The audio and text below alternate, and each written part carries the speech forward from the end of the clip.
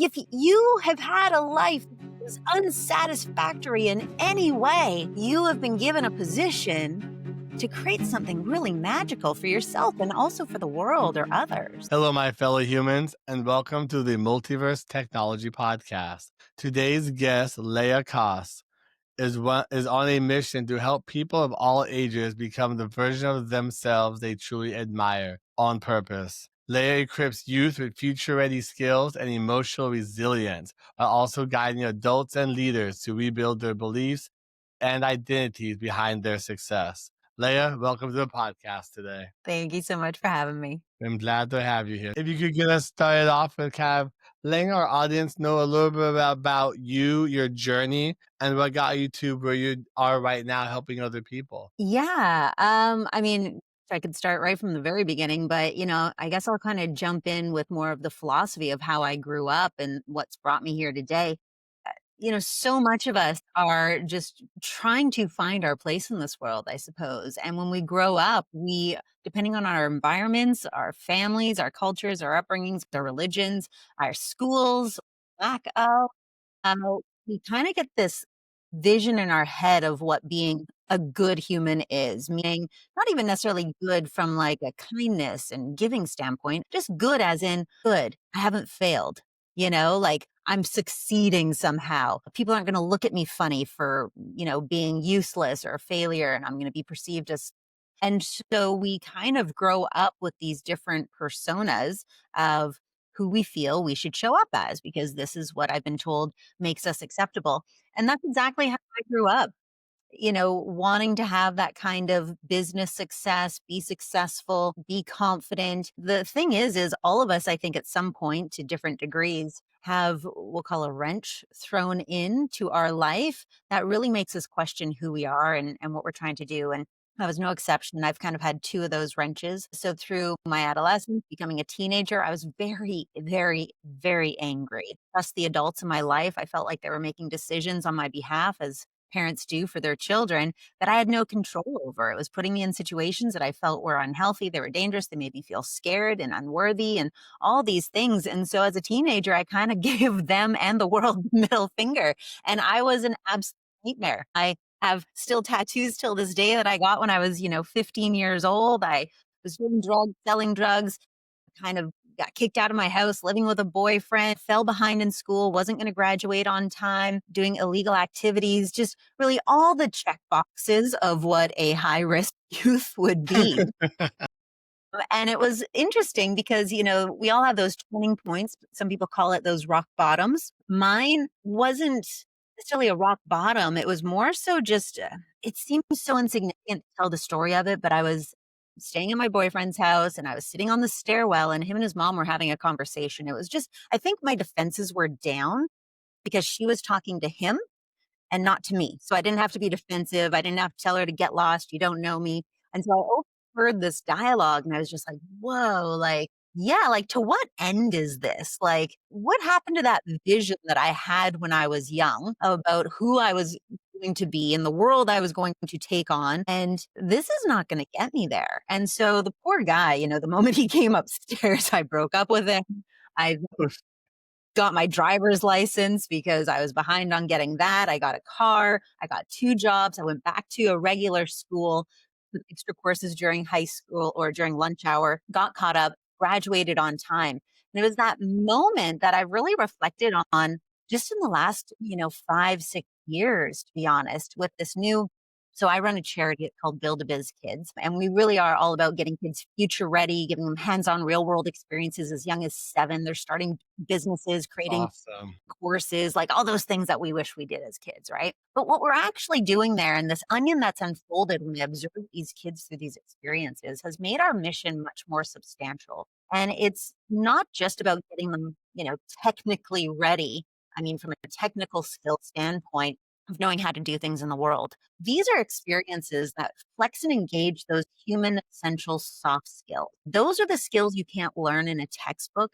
Those are the skills that employers want, that every entrepreneur needs to embody if they're going to be successful. It's even what government's now recognizing as being held in higher regard than technical skills. These are things like resilience and communication, empathy, leadership, decision making, self awareness, self worth, and confidence, listening. There's like over 70 of these skills, but they are things that you can only do through doing. You're also never done building them. And that's what these experiences have done. And it helps you to create this identity of yourself of how do I react in situations? How do I want to show up?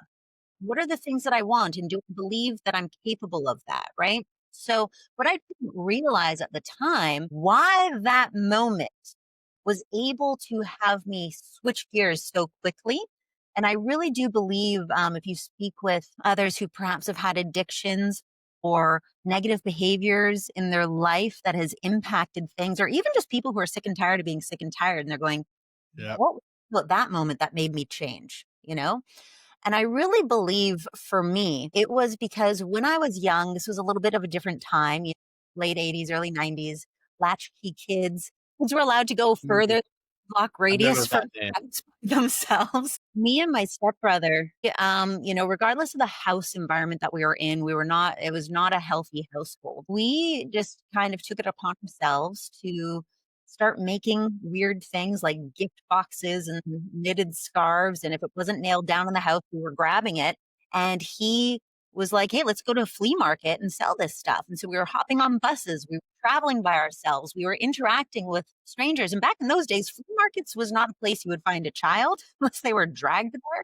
This was all citizens selling their old antiques and stuff in, this environment. And we were there hustling. We were selling, we were interacting with strangers, making our own money. It was those experiences that made me go, wow, like I know I could always get away if I needed to because I can travel and I can talk and I can ask strangers for help, or I could use strangers to help me with making money. Like this identity of myself made it like a no brainer at a young age to be like, yeah, of course I can take over the world.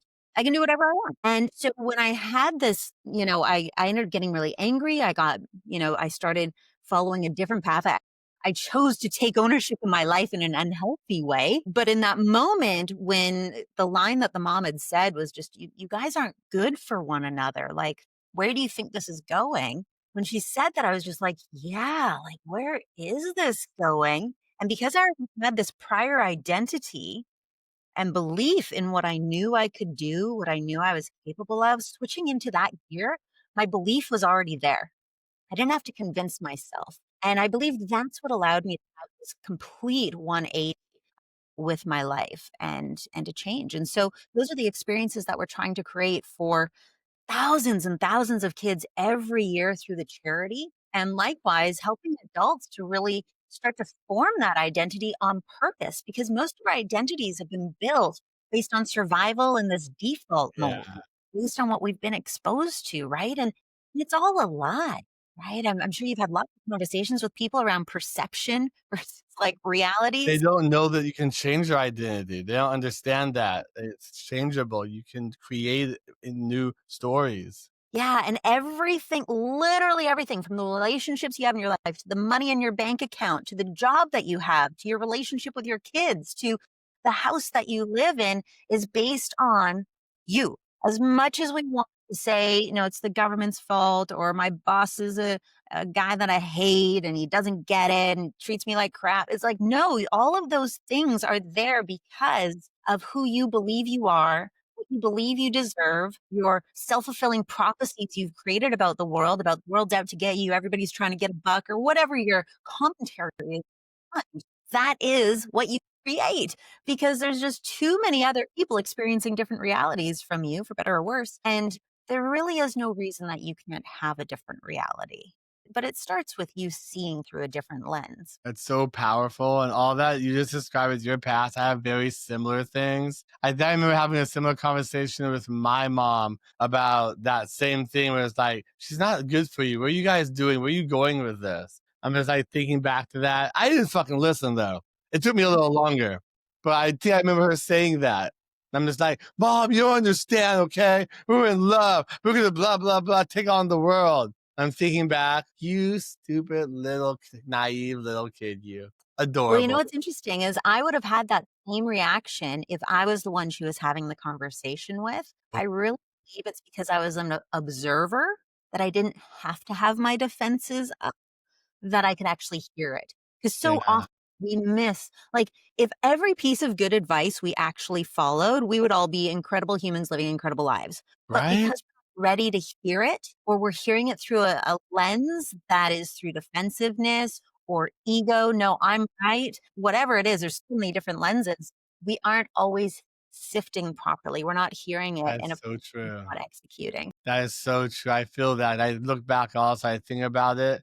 It's a lot of stuff that I've learned, kind of similar with yours, that I learned as on my own, not really people telling me. They would tell me, I'd be like, that's cool, bro. But I went out and learned and I heard it from other people, and it started to make sense. It resonated. I felt it. And then I was able to listen to people telling me stuff. But it took time to really grow that and really figure out that, hey, maybe there are other ways of thinking, different stories I can write.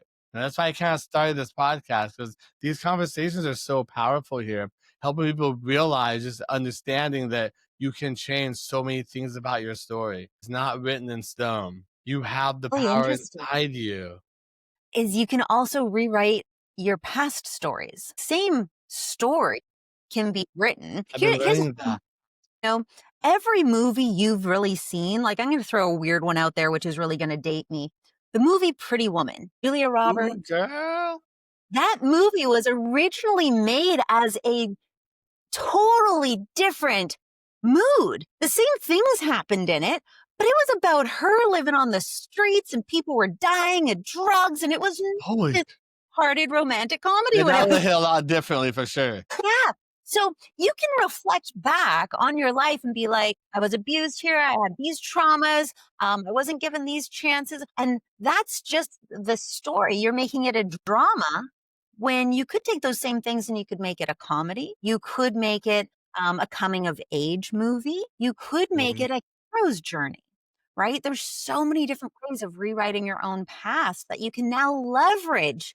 Think of anyone impactful in the world, literally anyone, right? Tony Robbins, Martin Luther King Jr., anyone that has impacted our lives. They didn't come from a healthy household because then they'd have no That is intent, they'd have so no passion true. in their heart, they'd have no desire for change. If you have had a life that is unsatisfactory in any way, you have been given a position to create something really magical for yourself and also for the world or others. Ooh, that's so powerful. I love it you said that, because I feel that, because I had that similar things in my background. I realized that that was a driving force for me for a long time, but I had to really pay attention that that driving force was not coming from a completely negative place of trauma that I haven't reconciled in my life yet, because that can drive me into a different direction. So you have to really kind of look at it. But that is so powerful though, because like, everyone who does really good things in the world, they have to have a reason. People who don't go through anything, they said like, "Oh, everything's okay, everything's perfect," and you look at them like, "Have you gone through anything in your life?" They're like, "No, nothing at all." I'm like, that kind of scares me. That's always Even scary. the greatest tragedies, you think of every foundation that's ever been started to cure a disease, to bring awareness to Yeah. something, usually because of the tragedy of losing a child, a best friend, parent. So even no matter how bad it's been, that is just an occurrence. It is not the story. The story is the thing that you get to write around it.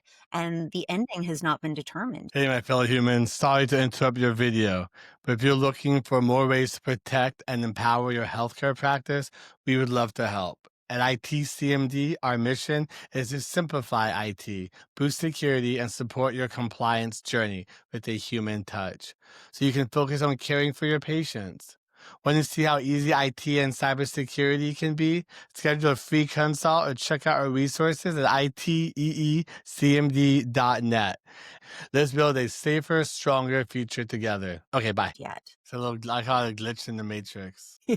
Like how you put that though. So, Miss Frank, I've been on this path too and learning this. That like it's so crazy that you're talking earlier that you can actually rewrite your past. I've been working with like holistic, somatic therapists and stuff, and they're teaching me that you can do that by rewriting those past things with new positive things that you want your future to be. I'm like, this is crazy. What do you mean? But it actually does work. And it's just our minds are so powerful.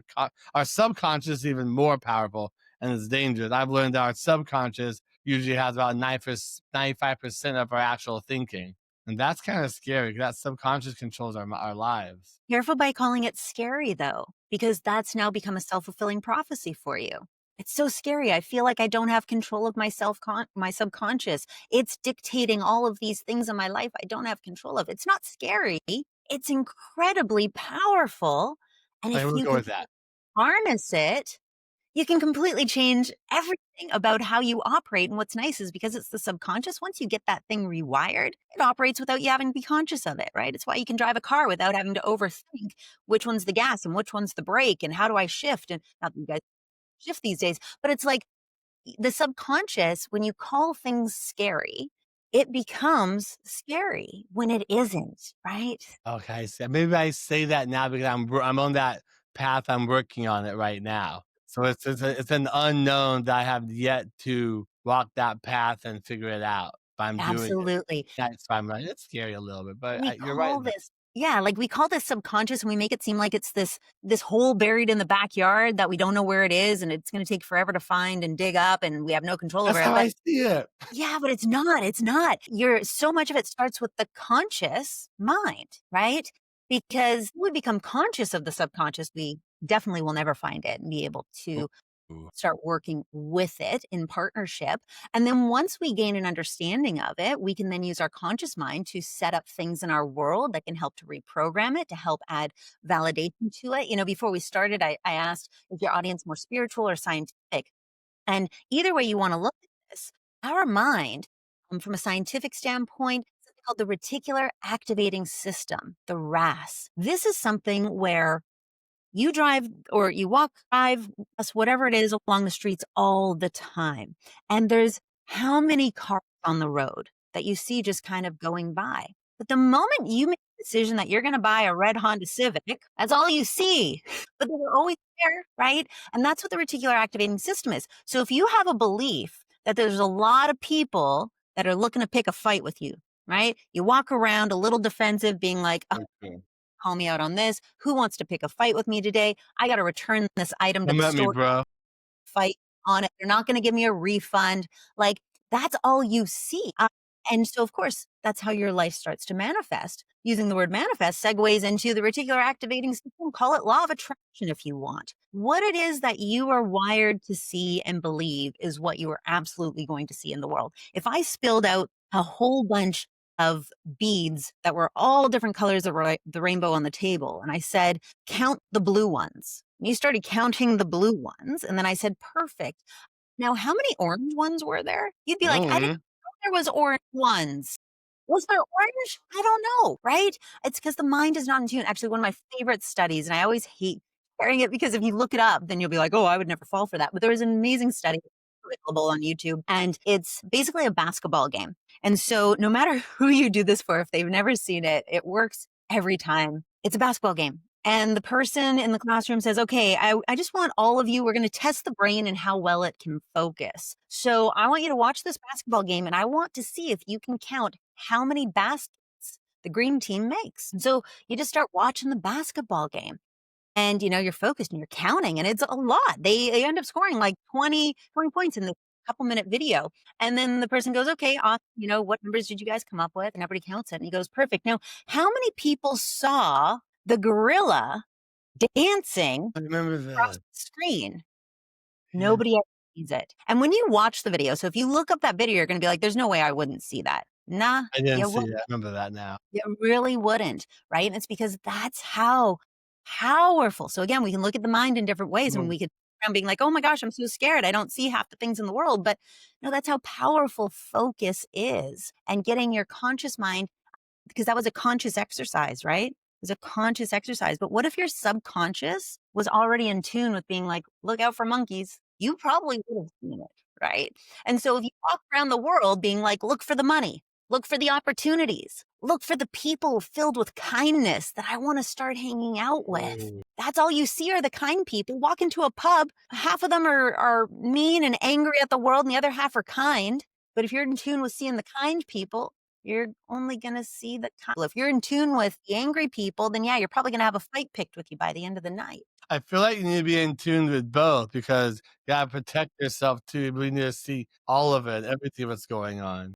It's amazing how when you just realize that the world's not out to get you, it's not out to get you, right? So That's you so can be aware, right? There's nothing wrong with being aware of your surroundings, but you need to want to be a part of the positive sides of it, or else you absolutely, your mind, here's what your mind wants to do. It's part of the ego. It wants to prove you right. So if you say there's a lot of angry people in the world, your mind's going to be like, yeah, watch this. See, see, see, see. yeah, it's so If true. your mind like, truly, if you let's take it internal, let's go back to identity.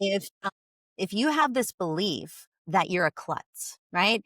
So you're hanging out at the park, having a nice picnic, and somebody goes, "Hey, you wanna throw the Frisbee around?" And you're like, "No, no, no, I'm a klutz, you Yeah, don't belong well, on your team." All of a sudden, your mind is going, "Oh, okay, let's validate that." And so every time you stub your toe, every time you knock something off the table or, you fumble something, it's gonna be like, "See, see." The thing told is you. it's not to say that if you don't believe you're a klutz that you don't stub your toe. Of course, we all stub our toes sometimes, but it's not databasing it because it's not trying to validate the klutz. Oh, I feel that. I feel I've been here. I might still be here time to time, but like I know what I do now that those things happen. I realize like, okay, this just happened in this moment, and I kind of keep moving on. But before it wasn't like that. I'd always be like, oh my god, I'm horrible. I'm good for nothing because this happened. It took a lot of time to figure out how to get out of that mindset because so many people are there. I myself honestly don't know how or what I've been doing, whatever it is, has been helping get me away from that type of mindset, understanding of the world. But it's a It's the difficult conscious mind. journey. It Yeah, is because it can feel exhausting it in the beginning is. because you're having to be so aware of everything. So Yeah, here's an example on how it can really visualize. yeah, like it can really set the trajectory of your day. If you wake up in the morning and you get out of bed and the first thing you do is stub your toe, even if you say it in a comical nature and you go, "Oh gosh, I guess that's the kind of day this is going to be." Done that. That is now what your reticular activating system is looking for evidence of. And now you are going to be getting into a fender bender. You're going to spill coffee on yourself. You're just going to be like, yeah, see, this is the kind of day. That's the whole I woke up on the wrong side of the bed validating. Theory. So if you can get good though, and you stub your toe in the morning and you go, oh my gosh, that's hilarious. All right, well, and now what am I going to do next? And you just push it aside. Don't add any conscious thought to it. You just keep going, you've already succeeded for the next moment, an opportunity to set the tone of your day, right? If you can see your emails, because so often when we open our emails, there'll be something, even if it's not bad, it's just somebody who message saying, "Can you do this for me?" And you're going, "Oh gosh, this is going to be a busy day." Oh, I feel like But you're talking to me right now. If I get phone calls sometimes, I'm like, damn it, the phone's ringing again. Just ruined my concentration. think of the things that you can do in the morning that makes you feel like it's going to be a good day. I was doing this. This is my new thing. I'm an 80s child. I love He-Man, She-Ra, Care Bears. And so all of the intro music to those shows, I've got on a playlist. And so I literally wake up feeling like She-Ra every morning, dancing to that music. So That's the tone for my day. I go for a walk with my dog in the woods, and that's where I do some ideation and I connect with nature and I just, am able to allow myself to choose what kind of day I want to have. So much of you escaping that routine of allowing life to tell you what kind of day you're going to have is just giving yourself space away from the usual triggers, right? So if that's if one of the most satisfying things in the morning for you is going and grabbing your coffee in the morning and just feeling the warmth of it in your hands and the smell of it and the feel of it, make that the thing that you get first thing in the morning. Do whatever you can to get to that. If it's meditating, if it's reading a book, if it's reading a list of what your goals are, if it's doing some gratitude or appreciation, whatever it is, make that your first thing and get your ego. Use your ego as a good thing. Ego's not a bad thing, right? Your reticular learned that. system is not working against you. It's just a tool, right? Get it working for you sooner than later in the mornings. That really sets the tone. Now I'm gonna go set my alarm to Teenage Mutant Ninja Turtles so I can wake up Well, to you that know, and be like, a yeah, lot of people and it's funny because she might answer when I say this, but, you know, have a Google or an Alexa or something like that, you can yeah. actually program them. So my alarm is her talking to me in the morning saying, "Good morning, beautiful. Today's going to be a good day. Take a deep breath and stretch your legs out." And so it does that in the morning, it does that at night. Um, and so it's like that's the first thing that I hear, right? It is reminders of what I want my reticular activating system, subconscious, my identity to be programmed with. I pound that in because if you also talk to anyone, whether it be on a spiritual nature or scientific one, how you tap into the subconscious easiest first thing in the morning when you're still in the state of drowsiness, or before bed, before you go into this sleep state. So even if you listen to your Alexa or whatever the voice is to you, and you don't even remember what it was that they said, your subconscious heard it. And that becomes that thing that starts to program it because it's consistent, it's every day, and it's pounding this into your head. I love that. I'm actually gonna do that Alexa thing now tonight.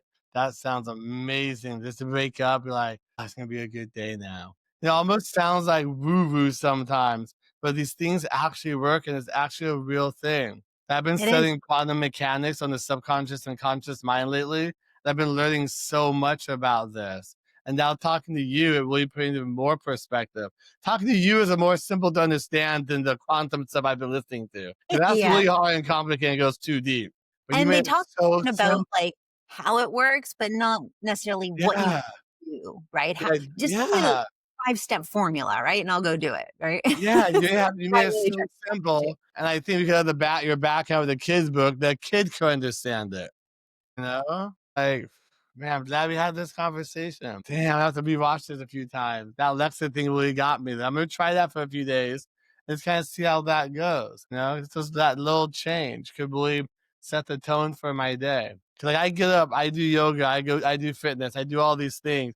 But at the same time, it's always feel like something's kind of missing when I get up. So I'm so stuck in my routine now.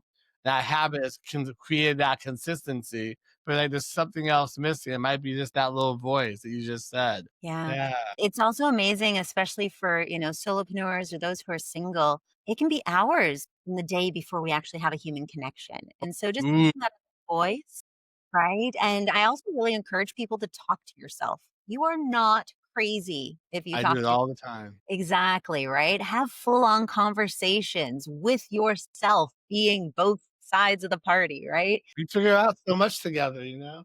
You do. Yeah, absolutely. Oh, I love that. You know, but I used to do that when I was younger, and people always say, "Stop talking to yourself. Or something wrong with you."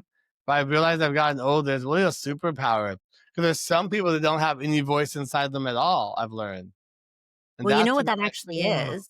That's self-awareness, right? Especially in this day and age, it's really become scary even for myself, how little time, like how we have to actually schedule time to be with our thoughts, right? Oh, I'm gonna meditate. Oh, I'm not gonna take the phone to the toilet this time, right? Like, oh, you know, I can look at my calendar. I have this on there right now, actually. yeah, right? And it's like, we'll think back to being a teenager, we only had pagers, right? And I so remember there's the stop. What do you do at the bus stop? You have nothing to scroll through. You're looking at the bus schedule that was printed on paper, or you're observing cars, or you're thinking your thoughts. When you go to the washroom, you're thinking your thoughts. When in the morning and you're brushing your teeth and you're washing your face, you're with your thoughts, right?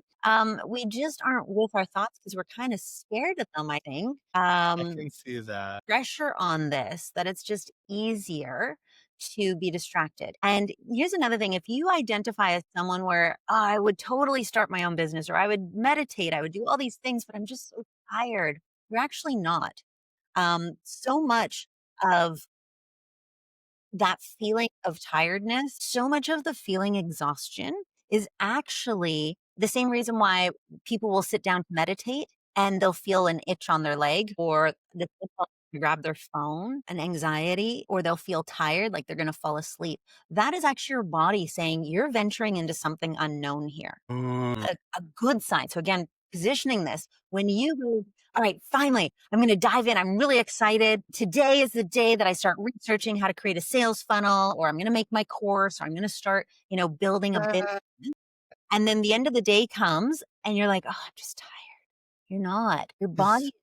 almost rebelling because it's saying, this is not familiar. You're venturing in. And if this succeeds, you are a different person. That's not comfortable. Even though you're really unhappy with where you are right now, this is comfortable. So when you feel those irrational bouts of exhaustion, All the time. position it and say, that's because I'm on the threshold of actually breaking through something. If I can just push through that exhaustion, I'm actually in new territory. And logically, I know it's territory that's not bad. I know it's a territory that's going to take me where I want to go. But you've got to be more powerful than these physiological components that your brain has put into you for survival. And I feel like you're inside my head right now. You have a camera in here watching me every day. So I feel that that happens too. Like I'll put stuff on my calendar that's new, but then I'm like, oh, move it to tomorrow. Move it to tomorrow. I realize, no, I need to do this. And then I do it. And I'm like, wow, that felt great to do. Why did I wait so long to do it? I mean this in a kind way, but the reality is the reason this feels so familiar is because you're not special. We are all the same. I Yeah. face I've got something that's been on my board for a long time to do, and it's funny how I just always feel tired when it's time to happen. Yeah. It still happens for all of us because even when you become the millionaire, the moment you wanna become the billionaire, that's new territory. That's uncomfortable. I don't know what I'm supposed to do there. Let's just I'll do it tomorrow. yeah, exactly, right? So it doesn't matter if it's I've always had unhealthy relationships and somebody that I've met is treating me really well. They're really nice. That's uncomfortable. And now all of a sudden you're Yeah. picking fights with them, bailing on them. That's your body trying to keep you in a safe space. Even though you've been in toxic relationships, this new relationship is foreign to you. And so it's holding them away from you, right? So exhaustion is just one example, but if you find yourself lashing out, being irrationally moody, things like that, it's not always it's often your body producing chemicals, but it's not chemicals doing that. It's the How do you know survival. when it's irrational or it's actually rational as a safety measure to protect you from something or someone at the same time? So I feel there's both. So one of my personal experiences is I grew up really being someone who was just like, I am a depressed person. I am a very depressed person. And how I started to pull myself out of that state, which became this self-fulfilling prophecy, right? That was my identity. I'm just depressed. That's how I am. Is on the days when the depression felt really bad, I would stand in front of the mirror and I would just say, first acknowledge how you feel. But then I would say, has anything fundamentally changed? Well, no. I mean, things are still the same shitty state that they were, you know? Nothing's changed in way of relationships. Nobody rear-ended me. Nobody told me off. And I'd be like, okay, so this is not rational. This is something else happening. And of course, I had to uncover what those things were and such. But so much of it is just going, in a relationship, why am I fighting with this person? Like, put your defenses down. That's why you have to talk to yourself in the mirror. You can't talk about this with a friend because Listen you're here, Justin.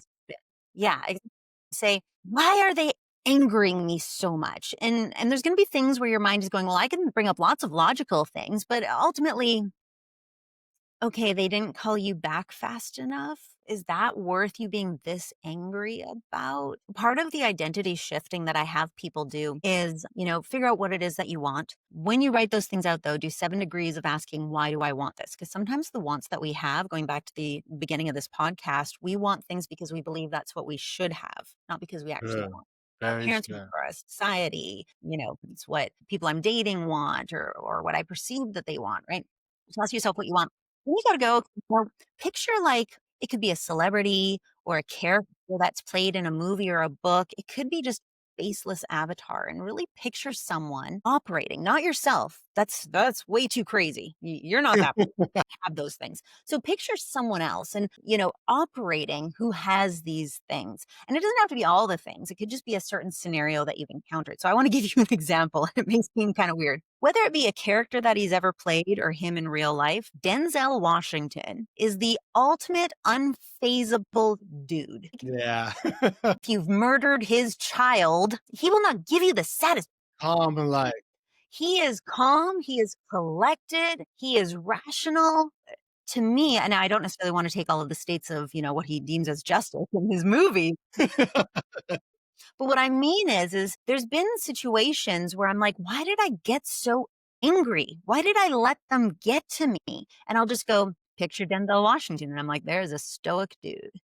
And when you can then see, someone who's achieving the end outcome that you want and how they operate, and then you start writing out those traits. Well, he seems to take a lot of deep breaths. He's calm. You can almost see his heart rate just staying at a steady pace, right?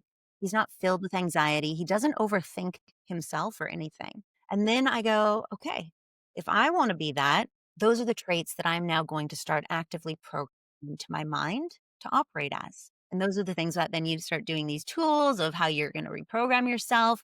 A lot of it is just you acknowledging when you already are those things. You just don't acknowledge it because it's not a part of your database. Your brain is not trying to Yeah. database, it's not looking to validate it. So then if you can start getting your conscious mind where, maybe you get cut off in traffic and you're like, huh, I only just got mad inside my car. I didn't actually roll down the window and finger them. I didn't get out my car this time. Exactly. You're like, "Huh, okay, I wanna consciously database that because I'm the kind of person that doesn't overreact externally. I just, keep it to myself." And so you start finding evidence and then your reticular activating system, your law of attraction will start to tune in to I where feel it's databasing those things, right? you're really reprogramming your subconscious mind. Make your subconscious and your conscious line up together. And now I'm gonna start being like, what would Denzel do? Yeah, and so much of it is, have a lot of mentors, right? But sometimes it's a face. Yeah. And most of the time, so there was a time, I have a dog, she's a rescue, and my neighbors, I live in a condo, and my neighbors told me one day, when you go out, she barks a lot and it's really disruptive. And my initial thing was, screw you. Mhm. Right? I got a How little dare defensive. you? Yeah. I got defensive. I was also like really confused because I'd never heard her. Obviously, she's doing this when I'm away. And so I was a little defensive, but I'd done a lot of work on myself and I was calm. But I was just like, oh, okay, well, I'm not sure what I can do about that. I mean, thanks for letting me know. But I felt this kind of like annoyance. Which I put the muzzle on my dog or you? I mean, just saying, like, And that's the thing, a lot of times we just want to have these smart comebacks because we're like, ooh, that's what people get kudos for in movies and on talk shows, and I want to be the one with the smart solve comment. anything. But when I sat in I then had a second encounter with then the husband who then reiterated his frustration. And so I really pondered this and I thought, okay, old Leah would have wanted to be the smart comeback person and would have cared about being right more than anything else. But I thought, here's an opportunity where do I want to have an enemy that's my neighbor or Mm, a comrade? Do I wanna have someone help me to look out for my dog and make sure she's okay? Do I wanna have someone that when I see them in the halls and we're standing at the elevator, we're laughing together, right? Or do I wanna live in this frame of mind where I'm looking out my peephole to go, "Ugh, are they out there or is it safe to leave?" Like, who wants to live like that, right? Or do I go out and just start an argument first thing in my day, right? And so if you can figure out what the end result is that you want, then work backwards and say, well, who is the kind of person? How would they operate in order to get the outcome? And so I figured it out and I was like, you know what, Leah, at the end of the day, like if your dog is stressed, you don't want that either. And so I figured out I'm going to get a camera for inside my place that I can talk to her if need be. I can check on her. And so when I bumped into the neighbors the very next time, what I said was, I am so happy I bumped into you. I love your help with something. I have got a camera that I've now bought. It's on its way. The thing is, though, unless I actually check the camera, I'm not going to know if she's barking. So here's my business card. If you ever hear her, can you text me and I'll check the camera and I'll either come back right away or I'll be able to talk to her through the camera. But their defense is as well, because keep in mind, they've got a whole commentary in their head. They're going, oh, there's a pain in the butt person living next to us and yeah, deal true. with this. And so they've got their backup. When I came out rushing up to them, being like, oh my gosh, I'm so happy I bumped into you, that like What? short their What? system. Does not You know? compute. Yeah, to where at the end they were like, "Oh my gosh, you are gonna be one of our favorite neighbors." They literally said that. They said, "Oh, the other people on the floor are just gonna be so happy about this. I'll be sure to let them know if I bump into them." So this is about designing yourself on purpose, not based on ego, not based on winning, because we're all gonna die. You're not winning anything, right? If you are the type of person who needs to win every argument, you need bigger problems in your life, right? Because That's true. you're not winning a medal, you're not winning money for being right about somebody who parked in the wrong parking spot, like, just life is bigger than that, but figure out what is the end result? meaning the life, the situation, the relationships that you have, the business, and then go, who already embodies that? Or if I don't know anybody, who would embody that? How do they move their bodies? How do they float around life? What bothers them and what doesn't bother them? And you will then see the disconnect between how you're operating to then start operating and being conscious of the traits that you're already embodying. You are already a lot of those things you want to be. You're just not conscious of them and they're not the majority. Uh, So that's that's what you need to start working towards. I feel like you're just talking to me there again. I had a situation that happened recently where I had to really figure out, do I continue talking with this person or just acknowledge them and just keep moving without causing neighbor drama with them? You know, because it's interesting because one part would be like, "What's wrong with you?" The other part's like, "This is not going to solve anything, and I have to fucking live here. Let me figure this out rationally." And guess what? You also can't just move somewhere else because Yeah. you're the problem, right? If you're really Ooh, honest with yourself, you're the problem. So you I carry can't change yourself. anyone but me, just me. Exactly. Yeah.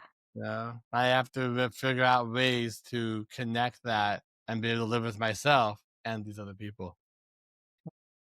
I mean, when I was younger, this was a lot harder too. Because you're younger, you're like, "Fuck this, fuck that, let's fight, let's rage. I don't care about anything." You had no sense of space or accountability or anything. Yeah, Yeah. Well, you were operating based on someone else's agenda when you were yeah, young because you don't 100%. have your own. You don't have enough perspective yet. Um, I was so angry, so violent and pissed off when I was young, you know? And it's just I look back, I'm like, I wish I knew some things that I had knew now then, you know? But all that I went through and who I was helped me become who I am now. So I had, like we said earlier, I had to experience those things so that I can understand why I want to help change and help other people change as well. It really makes sense. But having that mindset though, it took a while. It took a while to build it, to create it, to understand. Even talking with you has helped me understand quite a few things more today. I feel like each podcast I have, I always learn something or 100 things, maybe 200, you know, whatever. It's amazing. Yeah, I'm hoping we can help other people out that realize these things also. You know, it takes work. I always tell people to choose their hard. It's hard to wake up early. It's hard to go to work. It's hard to do lots of things. But it's also hard to take care of yourself. It's hard to be overweight. Like you have to choose your hard and find yeah. what hard You lines know, up with what you want to do. I would like to enhance that if I can, though, Yeah, because going back to the language thing, if you label it as hard, ask somebody who runs every day if running is hard to them. It's not. It's hard when they can't because they love it. that is true. So when you label something as hard, and I get what you're saying there, right? Because a lot of people are like, Yeah. "What's hard?" And I get that because Yeah, that's that sentiment. yeah, and you know what? It is a good sentiment for someone who is feeling that way because we all know that if ever you're feeling absolutely horrific, something bad just happened and your friend comes and puts their arm around you and says, everything's going to be fine. You kind of want to punch them in the face, Right? and it's because they're trying to get you from here on the emotional scale to here. And it's too much of a leap. But if you're Yeah. feeling angry, if I get you to feel jealousy, that moves you up. And then if I can get you to feel frustrated, that's moving you up. And then if I can get you to feel blame, worry, doubt, that's moving you up the scale and easy increments, right? And then all of a sudden I get you to feel a little pessimistic, and then maybe we get you feeling a little bored of the topic altogether. Now we can kind of move you on that topic into hopefulness, some It's optimism, into joy. And so when someone's really feeling shitty, saying, choose your hard. If it's going to be hard anyway, why not choose this other hard? That's an easier leap, right? I don't want to stay there. That's just that next level on the scale. You want to then say, well, what if it wasn't hard? What if I actually kind of, that feeling at the end of the workout? I have that endorphins. What if I could feel that as excitement going into the workout? Well, now that's not hard anymore, right? And so you want to always keep progressing your mindset to not be labeling things still in the negative if you can. But some days the negative is better than the alternative. I've been told that myself that I have that negative mind space still, but it's not what I mean, but when I say it comes off like that. I've been told that by And your several brain's still people. listening, right? Talking about the Yeah, subconscious, your brain is still going, "Oh, hard. Yeah, okay. Let me tell you all the things that are hard in your life. Meal prep is hard. Getting up early is hard. Having to, pick out what to wear today is hard." Right? It still hears you. So that's why language is really, really powerful. I'm still like trying to learn that, but it's like, huh? My brain like doesn't want to compute very well. But I feel You're like getting better over time, though. great. Just give yourself some grace because it just might be that you're Okay. trying to leap too far, Oh, yeah, right? So 100%. Oh, yeah. yeah. Oh, So yeah. if you feel like, you know what, I was really depressed every day, but now I'm just feeling kind of angry and irritated every day, that's a step up. Because when you're angry and irritated, you get out of bed. When you're angry and irritated, you at least interact with people, even if you're an asshole. Right? Like Mm, you don't feel like doing anything. And so give your honor that. Feel good in this new state of normal because a normal, bitter, curmudgeony person is better than a depressed person that can't even get out of bed. But then don't stay there. Then become someone who's just a little like maybe you're walking around with more worry. Just worried it's not going to work out. I'm feeling kind of disappointed. Didn't go the way that I wanted.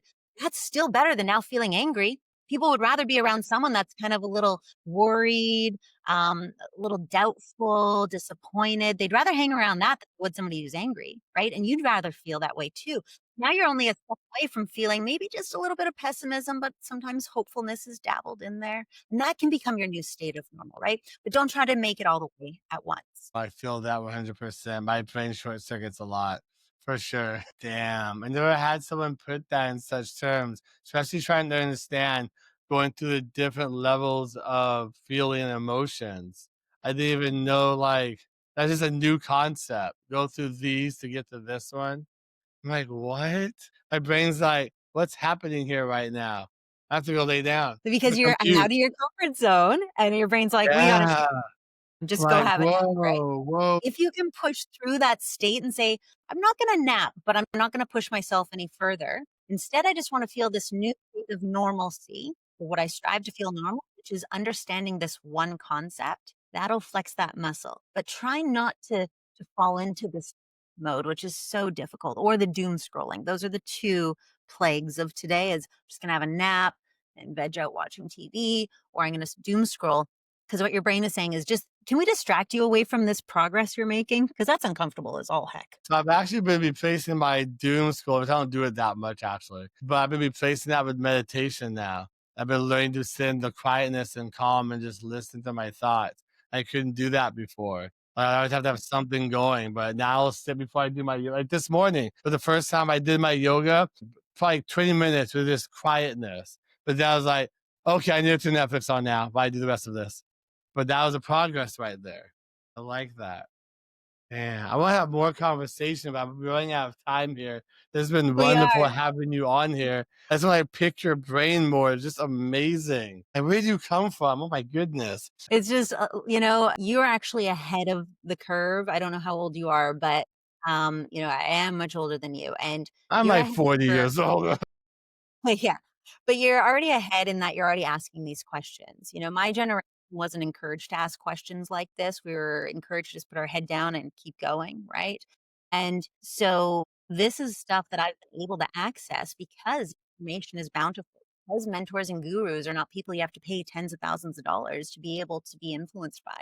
Podcasters like yourself, Yeah. TV, incredible programming that we can see on YouTube anytime that we want, let alone the courses that we can order. It used to be Tony Robbins was the only thing you had to order, and they were on cassette back, right? So now we can really start to ask these questions, but also have some tools to be able to make some positive changes. That is so powerful and amazing. Hey, I want to thank you so much for coming on here and sharing this with us. It's been a real pleasure having you on here today. Thank you. Before we go, I would love to ask you one last question. And that is, what does it mean to you to be a human being? Yeah, that question is really because you can take it to an existential place, you can take Oh, it to people have. reality place, right?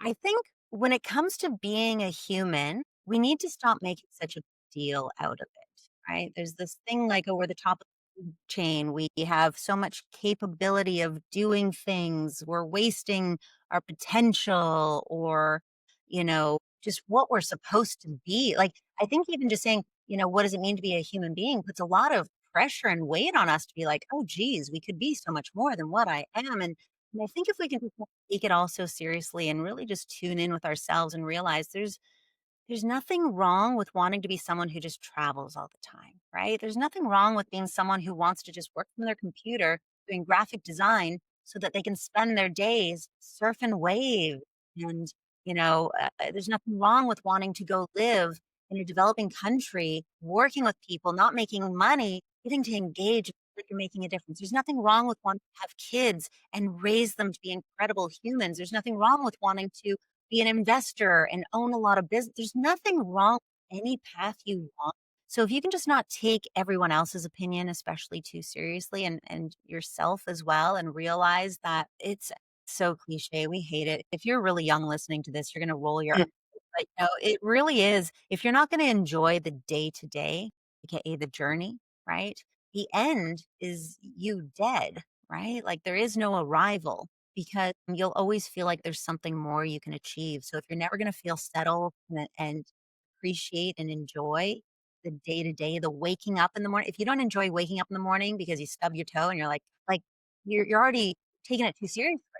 You're already taking it too seriously, right? That is so true. That's one of my favorite answers so far I've gotten from this. Like, damn, I'm gonna go back and watch this a few times. I really enjoy that. Makes me think to get out of my headspace where I am with stuff as well. Thank you so much. I did forgot. Where can people reach out to you, and how can they talk to you if they want to work with you and everything? Yeah, I mean, I'm the only Leah Coss in the world. Google me, and you can find me on LinkedIn. That's probably the best place to connect with me is LinkedIn. I do have my website, leahcoss.com. But if you want to actually engage, if you want to connect, if you want to follow what the charity is doing, LinkedIn will be the best place for you. Thank you. I'll put that in the show notes. Yeah, You're absolutely. amazing. Always happy to share. Thank you. Awesome. Well, thank you very much, Leah. Have a good rest of your day. And thank you so much again for sharing your wonderful, impactful information with us today. Bye.